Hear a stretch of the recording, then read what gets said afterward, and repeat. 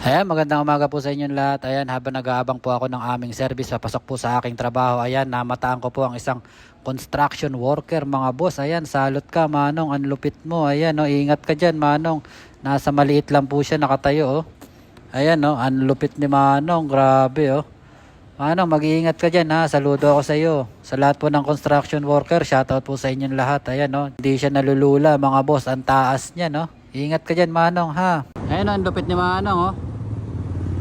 Salot ka, Manong. Buwis buhay, oh. Ah, nakatayo lang siya dyan, oh. Buwis buhay si Manong, oh. Lupit, oh. Oh.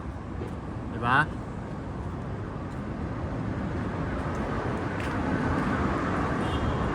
Konting galaw mo lang dyan, ako po. Laglag ka dyan, wala ka naman tali, wala kang harness. Ayan, oh, nakakatakot mga boss, oh. Buwis buhay, oh. Pagpako niya dyan ng mga kahoy-kahoy, oh. Layo, oh. Ilang floor din yan? Taas niyan.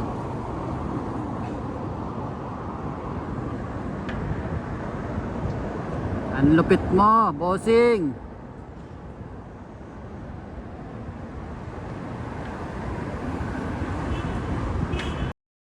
Lalakad lang sa maliit na ano, kahoy. Ayan, oh, pumupukpuk pa, Manong. Salot ka, Manong. Ang lupit mo. Ayan, oh, dalawa sila, oh. Oh, aabot pa ng kahoy. Grabe, mga sanay na talaga yan, mga yan. Ang lulupit nyo. Ang taas niya, no? Ang taas niya, no?